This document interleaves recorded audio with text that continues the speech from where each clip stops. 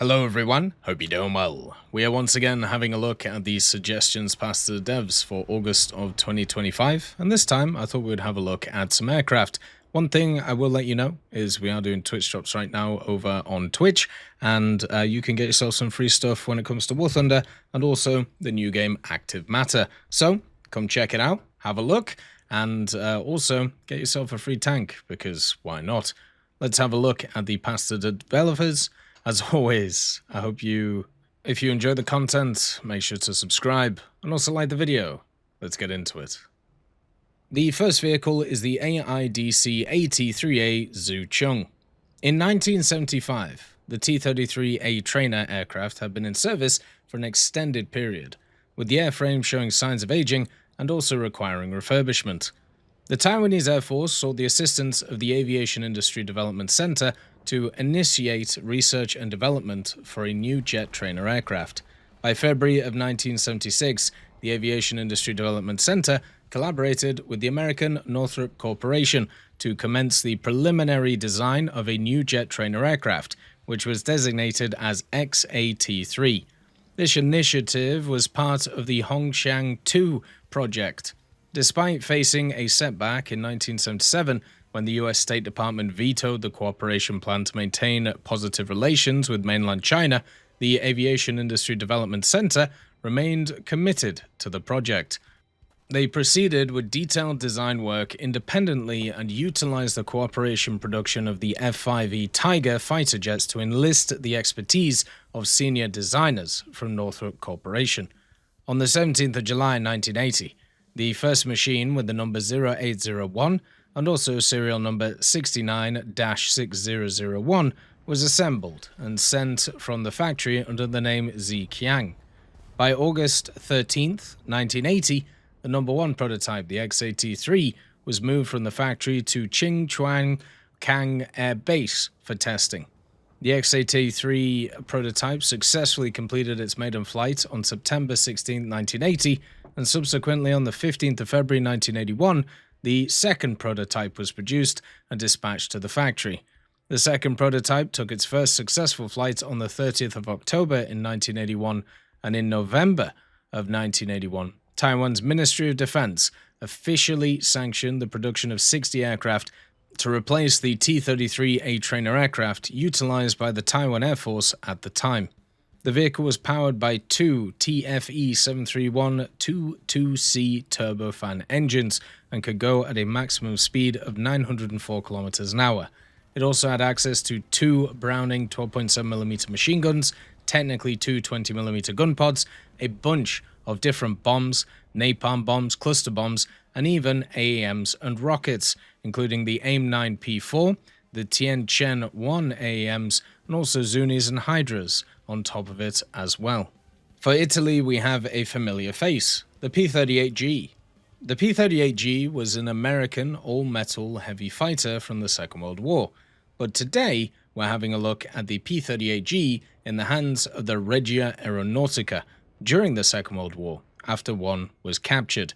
On the 12th of June 1943, an American P-38G, after being defeated in an air battle over Malta, landed at the wrong airfield due to navigational mistakes. Basically, it ended up landing at the Italian airport of Capo Terra in Sardinia. The aircraft was immediately seized and captured by the Italian ground crew, and it was later painted with Italian markings. An Italian officer, Angelo Tondi, proposed the idea of using it against its previous owners thanks to the shape of the aircraft, which would make it friendly until the fighter would open fire against Allied bombers. The idea was accepted, and the aircraft was assigned to him. Tondi's first sortie was on the 11th of August 1943, when he took off with a pair of MC-202s, where they met a formation of B-17s returning from a railroad bombardment. All the three aircraft attacked the enemy formation, and Tondi was able to destroy a B-17 named Bonnie Sue. There is also a report that says that another B-17 was shot down by a P-38 near Viterbo, and it was definitely Tondi, since there were no other Axis-operated P-38s in the sector. But for some reason, the only victory given to Tondi was the first one, against the Bonnie Sue. Another interesting aspect of these shootdowns is that the American bomber crew was shocked by the possibility of being destroyed by a friendly aircraft, which resulted in a shoot-down of an American P-38 by a B-17. But after some more missions, the Italian fuel corroded the American engines, and the fighter was not suitable anymore, or even usable. It was later destroyed by an American bomber raid on the airport, where it had been abandoned. The next vehicle is for France, and it is the Caudron C.760. The story of the C.760 starts with that of the Caudron C.714. The latter had entered service with the French Air Force, but they were somewhat disappointed by its performance. As a result, they issued a request for a new version of the vehicle with a more powerful engine. Caudron responded to this request with the proposal of the C715, which was proposed to be powered by Renault's new 16-cylinder engine, which was under development at the time. However, because Renault could not provide the engine in time, the decision was made to split the project. The resulting aircraft was the C760 and the C770. The 760 was an intermediate solution, which was powered by an Italian 12-cylinder inverted V. Isotta Fraccini Delta RC40 engine. The choice for this engine would allow them to start deliveries sooner. The C770 project would be the only one to carry the promised Renault engine. Curiously enough, it would be the 770 that ended up taking to the skies first, some 6 months prior to the first flight of the 760. The latter would have its first flight in May of 1940 and also perform pretty well. Both aircraft would suffer the same fate, being sabotaged at the airport of Orléans-Bricy on the 11th of June 1940 to prevent them from falling into the hands of the invading German army. Exactly what happened is unclear, since the Germans still managed to capture the C-760 and keep it as a trophy. The new engine had an output of about 730 horsepower, a big increase over roughly 500 horsepower of the engine of the C-714. The result of this was an impressive increase in performance of the aircraft. A top speed of 570 km an hour was recorded in level flight. Also, during climbing, the aircraft recorded great numbers, climbing to 4,000 meters in 5 minutes, and also 25 seconds, and further to 8,000 meters in 12 minutes and 30 seconds. Performance was said to be comparable to the German Bf 109E. Another important change came in the form of an upgraded armament. This new set consisted of a total of 6 Mach 34 7.5mm machine guns. These were mounted in trays under the wings just outside of the landing gear. This is a noteworthy increase over the 4 machine guns that the C-714 carried. Last but not least, the fuselage of the aircraft was also altered. Instead of being made out of wood like the C-714, the C-760's fuselage was made out of metal, while the wings were still wood. This made the aircraft sturdier compared to its predecessor. For Sweden, we have another version of the Draken, this specifically being the J-35B version of SAAB's aircraft.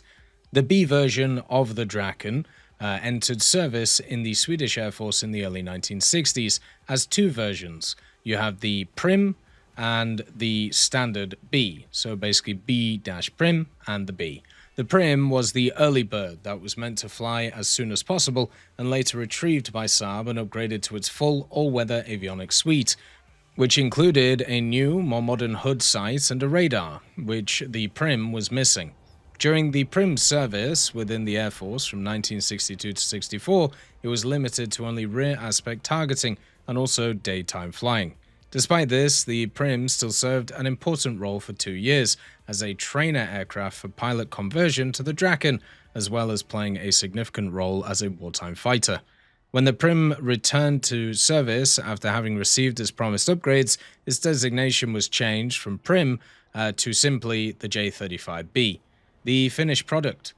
All Prims were upgraded by 1964 to the J-35B standard, and a total of 73 J-35Bs were built and saw service within the Swedish Air Force. The J-35B served as an operational fighter aircraft in the Swedish Air Force for 14 years and was phased out between 1974 and 76. In 1972, 6 J-35Bs, designated the SAAB 35BS, were leased to Finland. These were later supplemented by an additional 2 J-35Bs, after which were all purchased. The big differences between the A and the B are thus far basically the visual differences with the new tails, which on all J35Bs were a full-length standard, with a retractable tail wheel and a larger afterburner as seen on the A Adam Lang, and also other later variants such as the D and the FJ. Additionally, the B kept a similar paint scheme and livery as the A. Other upgrades included larger fuel tanks, better electronics and avionics, the PSO-3A radar, and also S7 hood sight. Later, a new and improved ejection seat was installed in the remaining J-35B aircraft, greatly increasing the pilot's chances of survival during low-altitude, low-speed ejections. As always, I hope you have a wonderful day, and I'll see you next time. I'd just like to thank GMG Smiley, CD Beans, Chieftain Mike, EMN3 Galaxy, Tulio Pontecorvo, Brendan Quinn, Carrion Crow, Gus Irenicus, Pyman, Wartinder, Teddy, Daniel Stanton, Martinez, B. Young, Ozzy Panzer, Alan Hacker, Liam Shear, Opium Prime, Lafouche, Sem Aslan, Uncle Bean, and Derek R. for supporting the channel.